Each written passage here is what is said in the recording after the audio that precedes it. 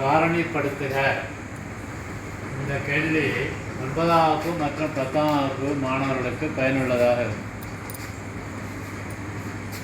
காரணிப்படுத்துக என்றால் இரண்டு கோவைகள், இது ஒரு எக்ஸான ஒரு கோவை, 3 உறுப்பு கோவை. இந்த கோவை இரண்டு கோவைகளின் பெருக்கல் பலனாக எழுதுவது தான் காரணிப்படுத்துக. எவ்வாறு காரணிப்படுத்துவது என்றால், முதலில் கோவையை எழுதி கொள்ள வேண்டும். பிறகு எக்ஸின் அடுக்கு 2 குணகம் 2, எக்ஸ் இல்லாத உறுப்பு கான்ஸ்டன்ட், இந்த 2 எண்களையும் பெருக்கிக் கொள்ள வேண்டும்.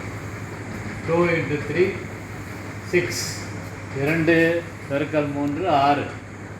இந்த 6 காரணிகளை எல்லாம் நாம் எழுத வேண்டும். 1 6 2 3 3 2 என்று இந்த காரணி ஜோடிகளை எழுதிய பின்னர்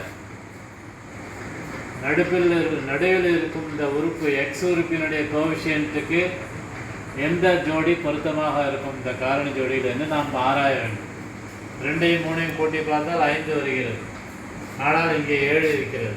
3 2ஐயும் கூட்டினால் 5, ஆனால் 1ஐயும் 6ஐயும் கூட்டினால் 7 வருகிறது. எனவே இது சரியான ஜோடி. எனவே இடையில் உள்ள முதல் உறுப்பை அப்படியே எழுத வேண்டும். நடுவில் உள்ள உறுப்பு எக்ஸ் உறுப்பை 2 உறுப்புகளாக பிரிக்கிறோம். 1 ஒரு எக்ஸ் ப்ளஸ் 6x. இந்த 1ம் 6ம் இங்கேருந்து நம்ம எடுத்துக்கொண்டோம், டிக் பண்ணி வைத்திருக்கோம், இங்கேருந்து எடுத்துக்கொண்டோம். கடைசி எக்ஸ் இல்லாத உறுப்பை அப்படியே எழுதி கொள்ள வேண்டும். இப்பொழுது முதல் 2 உறுப்புகளுக்குள் அடுத்த 2 உறுப்புகளுக்கும் கோடிட்டு காட்ட வேண்டும். முதல் 2 உறுப்புகளுக்கு பொதுவானவற்றை வெளியே எடுக்க வேண்டும். 2க்கும் 1க்கும் பொதுவானது எக்ஸு 1. 2லும் எக்ஸ் இருக்கிறதுனால எக்ஸை வெளியே எடுத்துக்கொள்கிறோம்.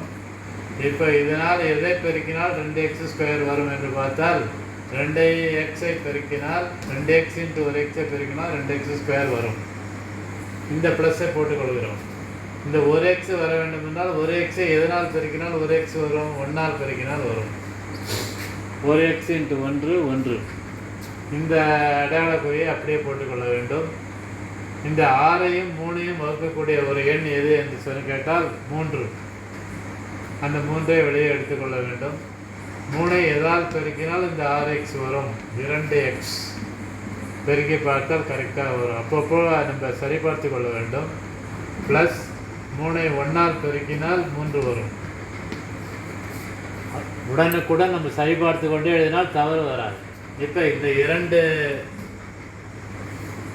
ப்ராக்கெட்டும் ஒன்றா வரும். அப்போ அதை வெளியே எடுத்து விட வேண்டும்.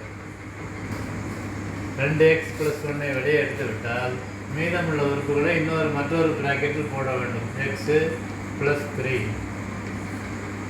இதுதான் நமக்கு கொடுக்கப்பட்ட அந்த 3 உறுப்பு கோவையினுடைய காரணிகள். இந்த நமக்கு 5 மார்க் கிடைக்குமா கிடைக்காதா என்பதை நம்ம அங்கேயே சோதித்து பார்த்து விடலாம். இந்த 2 ப்ராக்கெட்டில் உள்ள முதல் உறுப்புகளை பெருக்கி பாருங்கள். 2x × x என்று பெருக்கினால் கேள்வித்தாளில் உள்ள முதல் உறுப்பு வந்துவிட வேண்டும். 2x × x 2x². இரண்டாவது உறுப்பு 2ஐயும் பெருக்கி பாருங்கள். எக்ஸ் இல்லாத உறுப்பு 2ஐயும் பெருக்கி பார்த்தால் +1 × +3 +3. கடைசி உறுப்பு வந்துவிடும். ஆக நாம் கண்டுபிடித்த இந்த காரணி ஜோடி சரியானது. 5 மதிப்பெண் நமக்கு கண்டிப்பாக கிடைக்கும் என்பது உறுதியாக. 95 மார்க் எடுக்கிறோம், இந்த 5 மார்க் வரும், 100 100% நம்ம எடுத்துருவோம் அப்படிங்கிற நம்பிக்கையோடு வரலாம்.